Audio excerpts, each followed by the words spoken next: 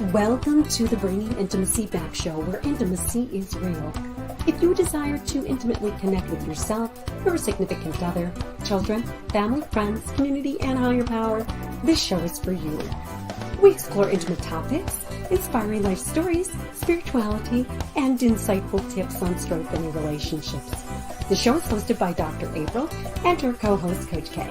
Let's get this episode of the Bringing Intimacy Back show started. We share with you today the secret power to intimacy to create a life you love or love the life you create. Now, here's your host, Dr. April, and co-host Coach K. Welcome to the Bringing Intimacy Back show, where intimacy is real. How are you doing, Coach K? I'm doing great. Happy to be here. How about yourself? Good. How has your week been? Week has been good so far. I did the night shift last night, which means I did a bunch of late lives, and so I'm back up early today. Okay, yes, and just like you said, you did a bunch of lives. Just wanted to say again that we are on StreamYard now, and we are live, yes, on Facebook, LinkedIn, Twitter, YouTube. So I'm so excited. And anyone who's out there listening and you have a question or concern or you want to say something, please put it out there on the comment section. Drop your questions on those platforms. Yes. So Dr. K, or Coach K, sorry. Yes. I'll take doctor. Yeah. One of the things that you and I both have in common is doing sex therapy. Sex psychologist. Yes. So people always say to me, what is that? What do you say to people? I love that question, actually, because typically most people stop at the word sex and leave the ologist or ology out of it. And for me, as a sexologist, I just explore working with the headspace. So I'm a waist up sexologist. I want to work with making sure that the mind is together, and especially in the intimate space, which is why I love everything about Bringing Intimacy Back. Is connecting with that intimacy piece so that you can work on the physical piece. Almost falls into place afterwards. Right, definitely. Yeah, because I think most people don't realize that when you're truly intimate with someone, it starts up here. Oh, absolutely. That needs to be on point. Yes, exactly. Yeah. And so sometimes couples are thinking, when do I actually need to go into therapy? Yeah. That's such a great question. And it's a common question. For me, I believe that once you get into a relationship that you feel and see could be long-term, being proactive in the therapy, counseling, and coaching space is always a good idea, because that allows you to create communications that you may need to have, because a lot of times we get into a relationship and we don't have conversations, and then it turns up as a problem later in life. So proactively getting into coaching or therapy or counseling is always a great idea before the marriage. Right. And I've noticed, because I recently had a few cases where people came in the beginning. And so it's not like they really had a problem, but they wanted to make sure that maybe they didn't have a problem, but they needed some creativity or understanding each other's bodies. Yes. And the biggest thing that we do want to get out there is that therapy does not mean you have a problem. I always like to say we do maintenance yearly required by law on our cars. We do maintenance on our houses. And that's because we always want to make sure that the foundation is put together. And so that's the same thing with therapy, counseling, and coaching. It's making sure that that foundation is solid. So as you build a relationship, you have tools for if there get, any cracks come up, or, you have those tools. Yes, definitely. And since you were talking about tools, you have a business, and so do I, of doing this right here, of helping couples, helping individuals. And one of the charities that we are sponsoring or helping this month is the empoweringwomen.org, because many people are out there trying to start businesses. And so this is a great charity, if you haven't checked it out, of empowerwomen.org, to help people start their own business throughout the world. Oh yeah, that is definitely an amazing, we need to empower women to get out there and take off, because we're the CEOs of the house. I always like to make that very clear. There are a lot of men are definitely CEOs, but you're the CEO of your house.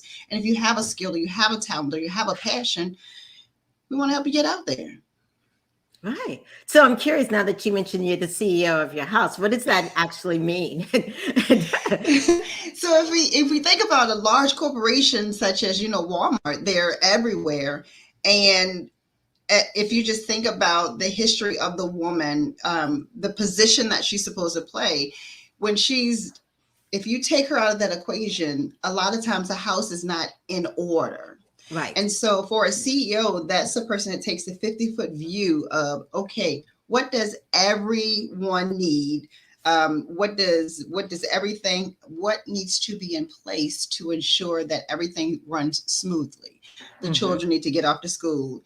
My husband needs to make sure that he has his lunch. The light bill needs to be paid on time. And so the CEO truly is the behind the scenes insurance of a well-oiled home, i.e. your business.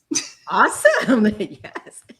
I think we should even hashtag that. Women, we are the CEO of our homes. So yes, you definitely are out there and you're listening. Hashtag that. Put it out there on LinkedIn, YouTube, Facebook.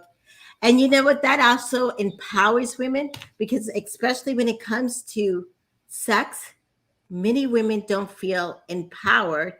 And they're, because this topic today, which is so great that I'm so excited to talk about, is sexual dysfunction and intimacy. And many times when couples, I don't know about for you, when they come and they feel like, oh my God, something isn't working, or the woman's like, I'm not having an orgasm and this and that, they don't feel like they're able to talk up, to be empowered to speak up. Yeah. And so I love this thing about being the CEO of the household. Yeah. It takes some big shoes to fill to be that CEO. And it does help if you think about it like that. And it would be awesome if women are listening right now. If you think of yourself as a CEO, then you may be more open to speaking up about those things, because you want to make sure that yourself and everyone around you works well. Right. And like you said, if you have that mind concept, then you're able to express it. Yeah. And talking about sex as we're talking about it is a good thing. Do you know how many couples don't talk about it? Yes, it's so common, that you will. It's this thing that I say in a lot of discussions that I have, that as women, without sounding too vulgar, but you are blessed with two sets of mouths. I won't say lips. We have two mouths. And if you're opening one, you should be open to speaking and opening the other. If the intimacy and the sex is not satisfactory, then it's time for you to say, out of these lips here, something's going on, to ensure that you are getting that satisfaction. And it's not, you're not going to hurt anyone's feelings. It hurts more for your partner to just find out that you weren't being pleased, and that you're breaking trust by being dishonest, by not speaking up. So rip that Band-Aid off and, speak about it now. And honestly, I would even say that with some women, they may not even know how, so they don't speak up, because if I don't know what to tell you, then I'm just not going to say anything at all. Right, definitely. And as you're saying, it's good to speak up, because even just, how can I put it, faking it or faking orgasm is not going to solve the issue. Right. And so women, if you're out there listening, definitely drop your questions in any Facebook, LinkedIn. But also, if you're out there listening, you're thinking, how do I bring up this conversation? Well, one way is just how we're doing it, and saying that you're listening, like, oh my gosh, I heard this great podcast today that talked about sexual dysfunction and intimacy. And that's one way to start a conversation with your partner. Absolutely. I like to say, because I have some old videos, and I've worked with clients. I was like, you know what? If this topic is around what you're talking about, if you so happen to have your phone on while you're washing dishes and this topic is on, and something happens and your partner so happens to come in the kitchen with you and you hear it, you're like, oh, let's talk about this. So that's interesting. So yeah, absolutely. Podcasts such as this is such a valuable tool, especially for someone who's not as confident with just starting the conversation on its own. Right, definitely. Yes. And what I would also say, it's also starting the conversations with your doctors if you feel like that there is something going on. Um, the point is to get help. And what I'm so happy today is we have coming up an expert in sexual dysfunction and intimacy that is going to help teach our audience, and hopefully we will learn some new steps, and also helping our clients deal with any dysfunctions in the bedroom. We'll take a break, and when we come back, we're going to be joined with Jen Fecher on dealing with sexual dysfunction and intimacy. Recognize your purpose. Who were you really meant to be? To recognize your purpose is to live life with clarity. You are here because you're supposed to be here. You're not an accident. You're here to do something for yourself, for someone, and somewhere. You have a job to fulfill and an everlasting mark to make. You are here on purpose. Welcome back to the Bringing Intimacy show, where intimacy is real. We would like to welcome Jen Fecher. She is the Director of Educational Services and Lead Educator for Reclaiming Intimacy in Indiana. Welcome, Jen. Welcome to the show. Thank you, Dr. April, and thank you so much for having us today. Yes, definitely. How are you doing? Yes. Coach K, doing really good. How about you? I'm doing great. Yes. We are so excited about this topic. And so let me give a little bit background. So you've been in the education field for over 15 years, mostly working with adult sexual education and intimacy issues. You're a wife, a mother, an entrepreneur, an author, and you help those who are chronically ill, and you have the firsthand perspective of many of the issues that we're facing today. Yes, and you're currently working on your ASAC certification, which I know is very difficult. And that, yes, but it does provide an excellent source of resources and stuff. And so, yes, welcome to the show. So excited to be here and talk about some of my passions and the best topics that need to be broken out of this taboo world that they're in. Right, right. So I know that you work for a company that's called Reclaiming Intimacy. What is your definition of intimacy? Intimacy is really that connectedness, that togetherness that we feel with another. That could be our partners or spouses, that can be our children, it can be our friends, our coworkers, our pets, but it's the different ways that we connect with each of those different relationships. And within each of those different relationships, there's different types of intimacy and different levels of those types of intimacy that we all need. Right, definitely. So, in your organization of Reclaiming Intimacy, what do you guys focus on?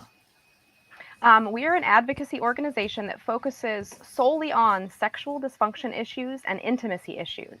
And we kind of act as a middleman, and we help patients kind of guide through different holistic solutions and ways to kind of overcome sexual dysfunction. Right. And so people may be listening, and if you have a question, definitely drop it on one of our social media. But they're saying, how do I know when something is a sexual dysfunction? Yeah, and that's, a sexual dysfunction is basically any kind of problem that arises that prevents a person or a couple from achieving that sexual satisfaction or being able to engage with each other sexually. And for men, that's things like erectile dysfunction. For women, that's things like vaginal atrophy. And for both genders, they go through very similar things with loss of libido, with body pain, even mental anguish, like you mentioned. I mean, it's true that all types of intimacy, physical, emotional, spiritual, they all start in our head. So really working on that mental outlook and everything like Coach K was saying is super important, especially when it comes to physical intimacy. Yeah, that's interesting. And I know we talked about the mental part, and I know sometimes people ask, well, how do I know when it's something in my head, or maybe it's something in my body, or maybe it's a medical thing? Yeah, and that's when we meet with people, we have, a series of questions to ask. And a lot of times for people, it is something medical. We deal with a lot of cancer patients. So a lot of times cancer treatment, chemo, radiation, all those medications instantaneously cause some sort of sexual dysfunction issue. And as we work with patients, you can usually tell that if they're having, mental anguish, if they're having a hard time dealing with their cancer diagnosis or dealing with the sexual dysfunction issues that they're having. And in those cases, we always route our patients back to their therapists, like you guys, and coaches to kind of work through those issues. Because without that mental stability, even working on the physical issues is very difficult. Hmm. I don't know about what um, you think, Coach K. Sometimes when people ask me that question, I also ask them, do they self intimacy, in the sense of masturbation and that kind of stuff, just to see if there is a medical issue. I don't know. Do you guys utilize that question sometime? I'm huge on finding out and distinguishing between that medical aspect because, in my case, because I'm not the licensed therapist or in that true medical realm, my goal is always to get that part out of the way first. Because if I need to refer out, then that's what I want to do. But if we determine that it's not medical, that it's truly, I was always told that when I was little that touching myself is dirty or something like that, then we can move forward and work through that intimacy aspect. But self-intimacy is so important. I totally agree with that. That's something that we at Reclaiming Intimacy really back in that self-discovery is often what we call it because, a lot of people are instantly terrified when they hear words like masturbation or, touching yourself. So self-discovery is what we call it. And it's really important after body changes or after sexual dysfunction to get to know yourself and what you like and dislike and if things feel different or if they don't again. So yeah, that's something that we definitely support as well. Okay, yeah. Jen, how do you work with clients who are afraid to even talk to their doctors about Um, sex? yeah, that's a really good question. And it kind of starts with the basics. We kind of have to sometimes go back to, sex ed 101 essentially, and kind of start with, reminding them what your bodies are capable of, how they work, what all the different pieces do and what they mean. And a lot of people aren't aware of all the different ways that the body can experience pleasure. So that's always kind of exciting to share with them that, just because something doesn't work in the same way it did before your treatment or before, there's still a way that you can make it work now. You just have to try. Mm-hmm. I understand that aspect, especially with I have 5 children, and I can say that after each one, because that is a change. There is a bit of a medical change, but there's a mental change, there's a hormonal change. So after each one, I'm either like, oh, I want more, or ew, don't touch me, and even to the point of being completely afraid to get pregnant again. So, do you work in that space as well? Yeah, we actually do work in that space. And that's, working through those things, we do different, everything that we do at Reclaiming Intimacy is holistic. So nothing we do is medication related, no chemicals, no additives, nothing like that. So there's a lot of holistic therapies that we work with, like dilator therapy. There's lots of different things that we do to focus on self care and mental self care, essentially, to kind of work through those blocks as they arise with people. And the biggest blocks that we see are actually, like you mentioned before, that some people are just afraid to bring up the topic. They were taught that it was dirty. They were taught that things like that are not discussed outside of their bedroom. And that, life doesn't necessarily need that, which just isn't true. So those are kind of the things that that we focus on there. Okay. Yeah. Yeah, that was a good thing. And I know sometimes you guys also focus on people who have cancer and a variety of other chronically ill illnesses. And so someone may say, should I really be thinking about my sexual life when I'm battling cancer, or, my partner is battling cancer? Should I really, you know? Yeah, and that's so common. We hear that a lot. And the truth is, yeah, of course you should worry about your sexual needs and your intimacy needs. Like you mentioned with the maintenance on the car, it's so true with our own personal maintenance. We have to take the time for mental, physical, spiritual connections, and all that is vital. And some people just don't realize how vital until something changes, like cancer steps in, and things like that. Right, right. Coach K, what's the most common sexual dysfunction that you see?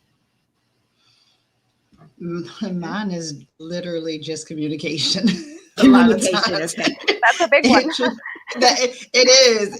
It truly is. And I get a lot of men that actually reach out to schedule these appointments because I want to get more. I'm trying to figure out how I can get a little more. Then we sit down and realize, well, you don't know how to talk to her, so Right. you're probably not. So that would be what I see more of. Okay. Okay. And I also sometimes see men that come in, and sometimes men have ED, but sometimes it's a truly ED problem. But I've even had 20-some-year-olds come in, and for some reason they're panicking because um, they didn't get the arousal that they thought they were supposed to have. Yes. Yes. So how do you know, because we just talk about ED, how do you know when it's really ED or it's just a fluke? And what should you do, Jen? Right. So when we work with our male patients who have erectile dysfunction, and kind of like Coach K said, we get a lot of male patients that reach out to us, sometimes without their partners at all. They just really want to know what they can do. So that said, we often we work with a lot of different, like I mentioned, holistic devices. And so we usually meet with our patients and we kind of hear their backstory, what's happening. And then we kind of give them, their options and help them through. And usually with erectile dysfunction or, just the occasional oops, we'll say, Right. we can kind of tell in their use of these therapies and how they kind of roll through with us, with each step of the process. And if they stick with those steps to the end and they're still having those issues and they haven't seen a doctor, then we obviously suggest that they go make contact with their doctor and let them know that they've tried this therapy and if it worked or didn't work, and then take those further steps from there. But our goal with the people we work with is to basically be there as they need us, to help with those different sexual aids, to get those different ideas and a more holistic nature, before they go the surgical route or go with more medications and things like that. Right, right. I've seen that sometimes men have not been they've been distracted. Yes, and so that's caused some problems in the bedroom, and or also, I don't know what you guys think, too much stimulants. Yeah, I totally agree on both of those. Life moves so fast now for everyone, men, women alike, and we are all so busy. So that's another aspect that kind of comes into play too, is that constant busy brain and everything is constantly going. And we are all constantly thinking about tomorrow and what needs to be done and what's coming up. And things like that also hinder sexual intimacy and ability. Yeah, I would think that just like with women, men have some stressors that really weigh on them. So yes, being overstimulated, new baby in the house. My wife is over here having to breastfeed. I have to go and provide for the household. Everything around me is happening. I have to make sure I also perform as a man. And so stress, I believe, is definitely something that I would think would add to that. How do you guys see it different for women? Sexual dysfunction. I think that we see it as it's a little bit different for women, not so much in the physical characteristics as men and women both struggle and the genitalia stops working, but like Coach K had mentioned, women face different kinds of stressors than men, and some of those stressors are a lot heavier and they take a different kind of toll. And like Coach K said, every day is busy. You've got a lot of things to do. And by the end of the day, you're exhausted. So coming up with that energy to be intimate, even if it's just, a massage or cuddling on the couch, sometimes it's too much. Sometimes it's a lot. And so for women, it's even more of that mental focus and really making the time and taking the time to get the intimacy that you're seeking, whether it be physical or emotional or mental, any kind. You have to force yourself, essentially. I know I do. I'm not good at slowing down. So Yeah, I agree with both of you guys, and I see that a lot where the energy level is not there. Yes, yeah. yeah. What suggestions do you guys have for, or are there any natural remedies for women who struggle with energy level, to save some for nighttime when they feel like their demands are just like, oh my gosh. For me, I think just a build up throughout the day, understanding what relaxes you mentally is a huge thing. Because, yes, there's always going to be a lot happening, but thinking about that thing that relaxes you mentally, and having that build up throughout the day. I do several businesses during the day. I'm running in and out of the house to get the children each day. I'm making sure that the food is cooked and washed and clothes. So mentally, I can be drained, but throughout the day, me and my husband, we text each other. We, if he sees something on Instagram, he may say, we send some pretty amazing things to each other throughout the day. So we build up an anticipation without expectation. And what that does is that creates that boom of surprise in the evening because we're both dog tired.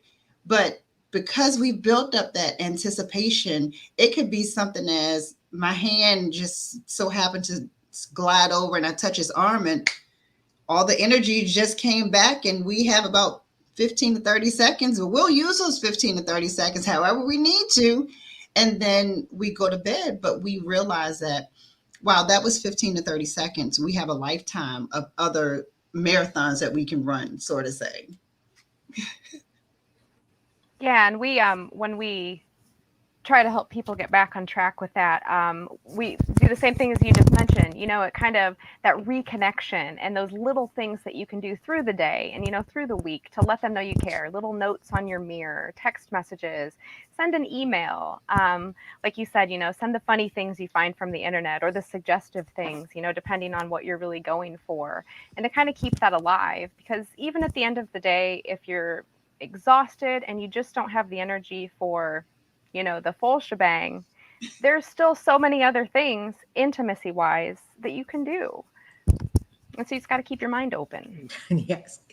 So we're going to take a small break. And when we come back, I want to hear more about those different things that people can utilize to improve their intimacy, such as the dilators and some other things that I know you have in your toolbox. We'll be back in a moment. And if you're out there listening on Twitter, Facebook, or LinkedIn, please put a question or comment out there. We'll be back in a moment.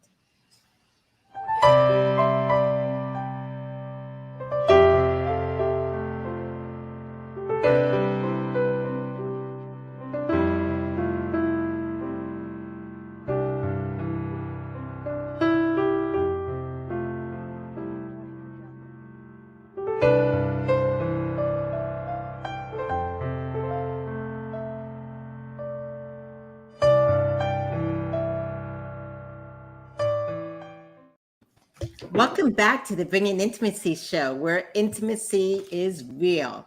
So I just mentioned about, because we were talking about some remedies and some, national remedies and remedies in the sense of communication.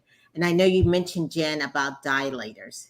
Mm-hmm. Can you explain to our audience what dilators are and how they help with sexual dysfunction? Absolutely. Vaginal dilators are designed for vagina owners, and they can be used for a variety of reasons, really. But the things that we work with the most are for vaginal atrophy, and that is kind of the tightening, the shrinking, and really just the kind of hardening of the vaginal tissues, and that can happen for a variety of reasons. Dilators are designed to be different sized probes, essentially, that are inserted into the vaginal canal, always using a lubricant, and they're kind of left in the vagina and held in place. Some people will kind of spin them, turn them, do different things with them. But the point of these is that over time you graduate to larger sizes as you use them, and then that helps to reopen the vaginal canal naturally, makes tissues pliable. It can help to bring back natural moisture, and which thusly lessens pain and discomfort with insertion of tampons or for sexual acts, anything like that. Okay, Jen, yeah, I wonder from your profession, and I'm going to ask Coach K the same question. So I've had women use dilators, and I've had them use it, I'm going to say, in a clinical format where they're using it on themselves to increase. Yes. And then I've had it also where they use it with their partner, and the partner's been involved in the process of the dilators to help open them up. And I guess I should have said, started earlier, that dilators are really great to use when you're really having pain or discomfort and you need some help in that aspect. Have you guys seen any difference, or what's the best way? I think that the second way you mentioned is the ideal way. That Okay.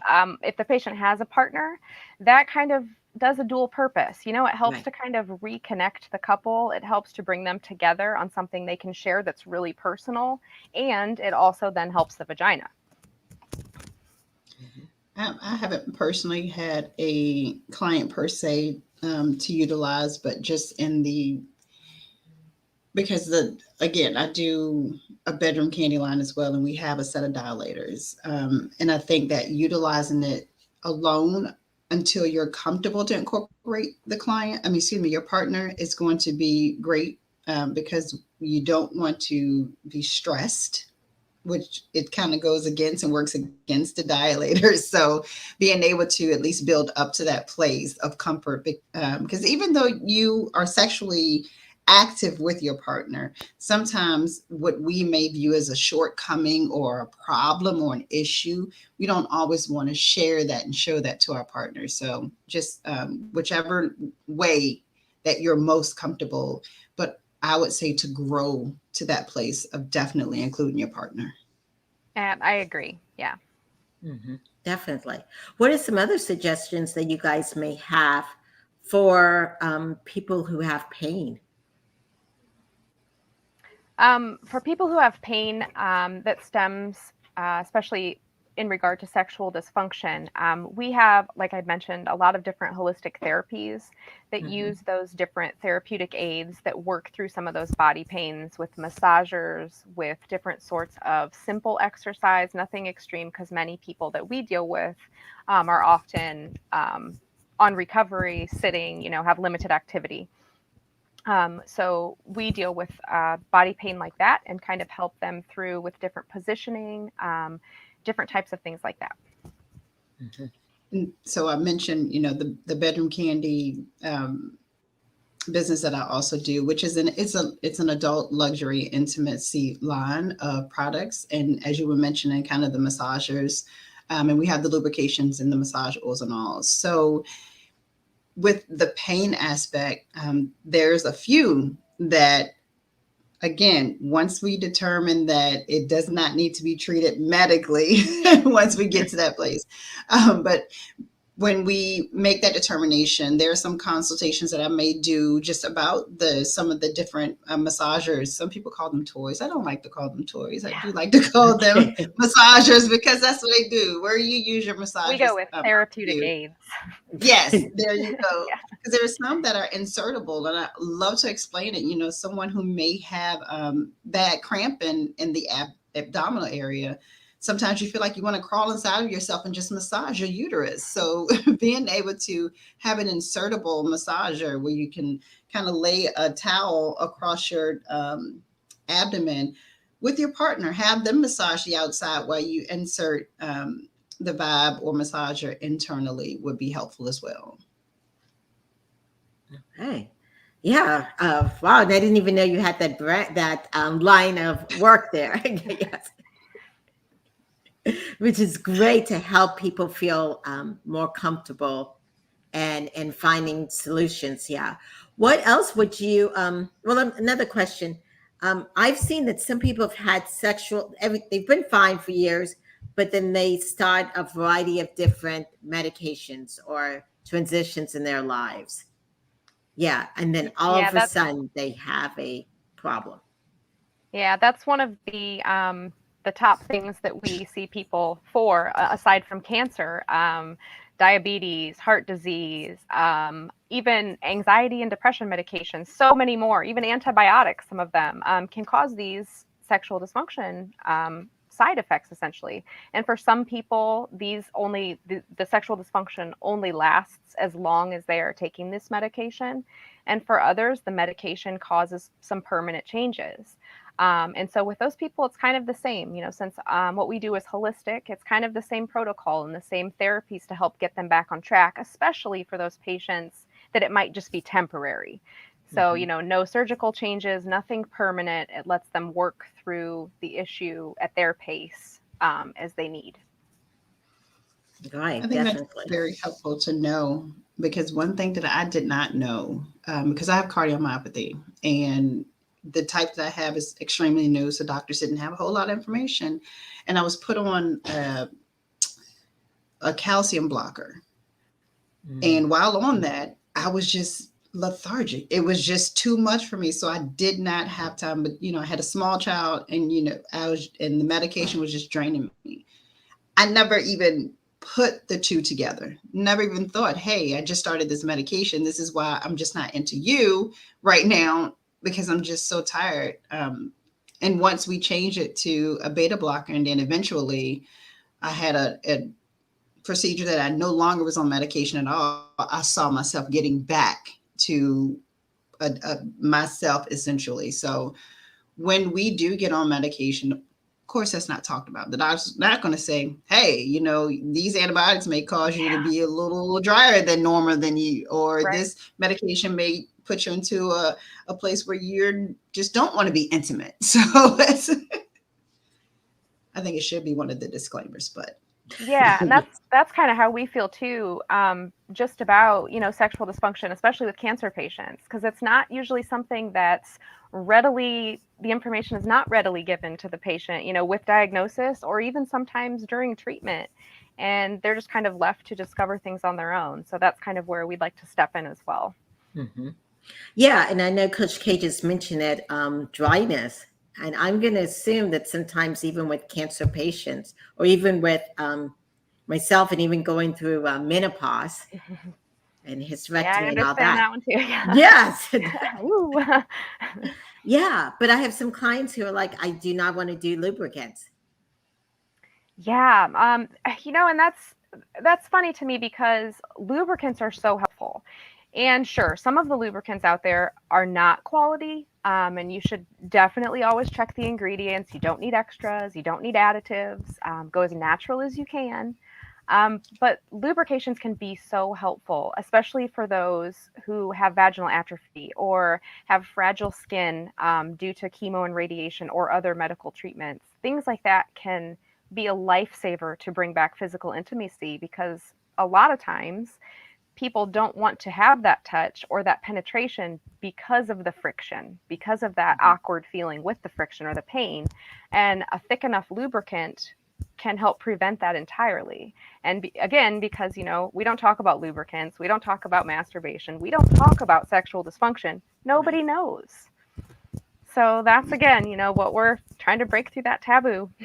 Okay, yes. So if you're out there listening and you're like, oh my gosh, I have a question, please put it in there on Facebook or LinkedIn, any kind of questions. So going back to this whole lubricant, there are lubricants that are very good for yourself, whether they're, I think, organic lubricants or, yes, not all lubricants are the same. No, not at all. No, there's organic, there's natural, there's new lines now that we have some of them that are completely natural, made from seaweed and aloe and things like that, that are natural skin moisturizers. And for some people that won't use the lubrications, for the females, we route them to a daily moisturizer, a natural moisturizer, which over time those can help restore that natural moisture as well. So really, we just work to, in any way that the patient is, ready to accept some help, that's kind of where we step in. Whenever I do our bedroom candy parties, lubrication, when I mention that, the first thing a lot of the ladies say, I don't need that. Yeah, I they say, never great. do. Yeah. It's great that you don't need it. Right. And I love to play. It's a game that I play. And once we play the game, everyone wants to get some. And it's essentially one person holds their fists and the other person has a finger, and you try to, get in there. And after they don't, I just put a drop of the lubrication, and then they try it again. Instantly, they're sold. And I like to say, yes, we have a natural moisture to our cells. So, but once you use that lubrication, it's just an enhancement. So there's nothing wrong with you. It's twice the fun. So why not? Yeah, exactly. Yeah, and that's we have a lot of people that reach out with questions about lubrications and about these issues through our website, and they go straight to our experts and then they get their questions answered. But that is one of the most common, because people think, well, if I need lubrication, I must be broken or I'm doing this wrong. And it's like, no, you're not doing this wrong. You're just experimenting. Be imaginative. Go with it. Let it slide. Yes. Yes. We have a question from the audience from Pat. She asks, what about ghost sensations? Ghost sensations, yes, those also happen, and they happen differently for men and women. Depends on where you're having issues in your body.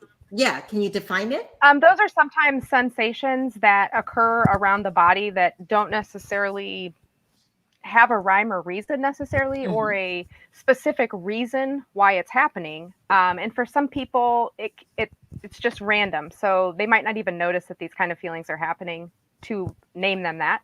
Other people do notice and take some action. They visit their doctors for things like that. Usually ghost sensations, especially in regard to sexual intimacy, are not considered emergent situations. But when people are having these, if they are repeat and they keep happening, we always refer those patients to meet with their doctor just to mention and get checked out, because we never want anything to go wrong in this department. Okay. Yeah, one of the things you've said, and you just said it now, if something happens repeatedly. So because we're talking about sexual dysfunction and intimacy, just because something, I don't know, this is my belief, happens once in the bedroom doesn't mean for us to panic and feel like, oh my gosh, nothing's working. Right. Yeah. I mean, sexual intercourse, it's messy. It can be sloppy. There's a lot of body fluids passed around, and, depending on what you're into, it could get really messy. So, yeah, that's what we try to teach people too, that, you're not weird for liking these things. It's not strange if you're having thoughts or you have questions about any of this. This is natural. These are our bodies. Our bodies were made the same. We all crave the same kinds of things, and we all need the same types of intimacy. So that's where we just kind of try to help people just feel like they're just human, Yeah. And definitely, I also think that as we progress through life, our body changes. Yes, absolutely. Hormones play a huge factor in all of this. And of course, if you have anything surgical, hysterectomies, anything like that, prostate surgeries, that immediately affects the hormones and immediately changes, of course, your physical intimacy, abilities, and needs. Mm-hmm. Yeah. Have you guys worked with couples where one has a higher sex drive, one has no sex drive whatsoever? Yes, we absolutely have, for a very long time. And sometimes it always comes down to communication, like we've been saying. And sometimes it's really easy to help them reconnect. And sometimes there's a lot of blocks in the way. Sometimes religious blocks are the most difficult in partnerships when they're not seeing eye to eye with sexual related things. But it really is, again, just taking it slow, going at their pace, working through those blocks and finding how they can connect with each other comfortably and intimately. Hmm. Yeah, definitely. I recently did, and it's still ongoing. It's called 30 Days of Intimacy. It's a challenge. And what it does is every day for 30 days, there's a new email of a way to express intimacy. And that to me, it can help to get a balance together for someone who's not ready to necessarily sit in front of someone and say, hey, I have this thing going on. But it's things such as cooking a meal, Saturday morning cleaning, grease one's scalp. So going into those different areas helps to align folks together. Yeah, definitely. Yeah, and I'm glad that you have that because many times people don't realize what can I do to improve intimacy, or even as you guys put it, to reclaim intimacy and to get Yep. it back. And Um, that's what it's about, you know. That's what we need in our lives is intimacy. So we have to work to get it sometimes, unfortunately. Yes, definitely. When we come back, we're going to take a short, quick break, and then we come back. We would love to hear how can people get to know about reclaiming intimacy? Where can we find you? And we'll be back in a moment. We're going to take a commercial break, and we'll be back. After the holidays, taking time out to restore together is the perfect way to reset and strengthen any relationship. Visit vacationcounseling.com today and book your couples retreat. Welcome back to Bringing Intimacy Back, where intimacy is real. So, Jen, your company, Reclaiming Intimacy, has so many things to offer. Tell us a little bit about what they have to offer and how can people get to find out more about you guys. Absolutely. So, like I mentioned, we focus solely on sexual dysfunction and intimacy issues. And we do that by our therapeutic aid line for men and for women. Like I mentioned, nothing that we have is permanent, nothing has chemicals, nothing is medicinal. So, nothing interferes with any kind of medical treatment. And nothing is a medical treatment. We also offer educational services.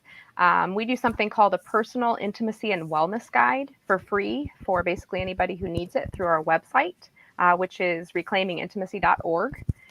You can contact our staff that way as well. And we do lots of webinars and lots of community involvement just to try to help break the taboo of discussing anything and everything sexual. Wonderful. Yes. And so there's the social media. And then I think you've written books. Have you written a book about this? I've been involved in some different articles on this topic. The books that I've written are actually focused on my other medical chaos and issues, gastroparesis. Okay. Awesome. Yes. Yes. Well, thank you so much for being on the show. And I love how you just talked about reclaiming intimacy and the different ways how to get more intimacy into your life. And I think one of the main things we have been talking about is for couples to connect. That is like the number one way, is that intimacy, spending time together, talking about things. Yes. Absolutely. Yes. Okay. Yes. And I know Dr. K, Coach K, you also has a line of products that also help in the sense of people connecting with intimacy.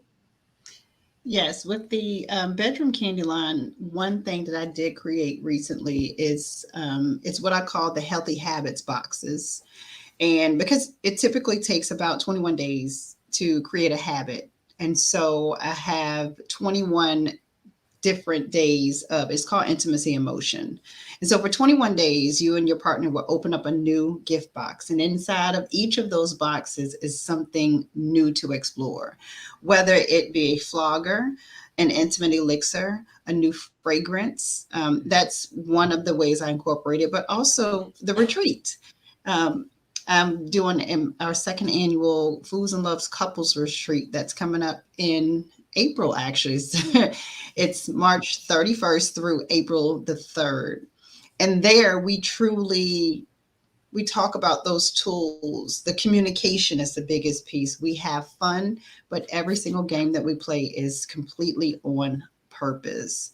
The location is on purpose, because of the environment, getting away from home to come to a place where all you have is to concentrate on the other person and growth in the intimate space.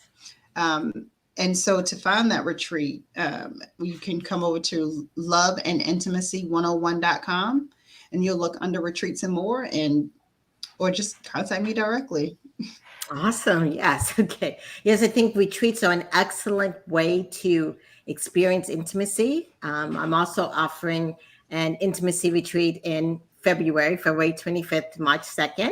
That's in Costa Rica. And we're going to also do one in the summertime. But it's a great way of experiencing it. The other thing in the sense of intimacy is also books. I've written a book that's on Amazon about improving intimacy. Kind of like what you said, Coach K, in the sense of the everyday expressions of intimacy, and then the overall, of course, sexual intimacy. So people who are out there listening, this is a great podcast for you to listen to because you're hearing about different intimacy retreats, products, and services. And Jen, I'm assuming your services are also nationwide that people can Yes, look ma'am. through That's virtual? correct. Yes, That's correct. awesome. Okay, and there's different also segments and stuff on their website, so definitely check that out. Thank you guys so much for being on the show. Coming up next week, we're going to talk with Nova Lorraine, and she's going to talk about how to be creative in intimacy and sex.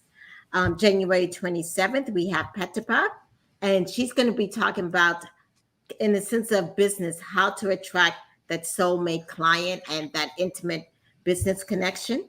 Then we're going to have Maria on February 3rd, how to create a style or a look and getting back into the dating world, which is wonderful. And then Dr. Allison, February 10th, on a conspiracy for your bliss. Yes, I love this show. Thank you guys so much for being on the show. And Jen, again, thanks again, Ria, for having Jen. Yes, and thanks again, Coach K, for doing this. Absolutely. Always a pleasure to be here because I love intimacy. Yes, and I was just really impressed by other things. Yes, as we all know, that Coach K is new here. And so, yes, and so every time she drops a little bit of diamonds, I was like, wow. Yeah, I have my hands in a lot of little pieces of life. Right. But you know what? And the reason why I really went into this whole intimacy thing, because I'm coming from the mental health aspect. When you're connected with people, and especially with your significant other, it improves your mental health. And people don't really realize that. It truly does. I got to a place, I was no longer working in the traditional sense as of May 2020, a beautiful world that changed. And so I was at home. And for a little while, not having that everyday human interaction, it really does. It works on your mental space. So being able to connect, bond with other people, especially your partner, it brings that mental space higher. Yes, definitely. Well, thank you again for being on the show and being my co-host. And also thank all the audience out there for their questions. And we will see you guys. And thank you definitely, Jen, and we'd love to have you back anytime. And we will see you guys next week. This has been the Bringing Intimacy Back show, where intimacy is real.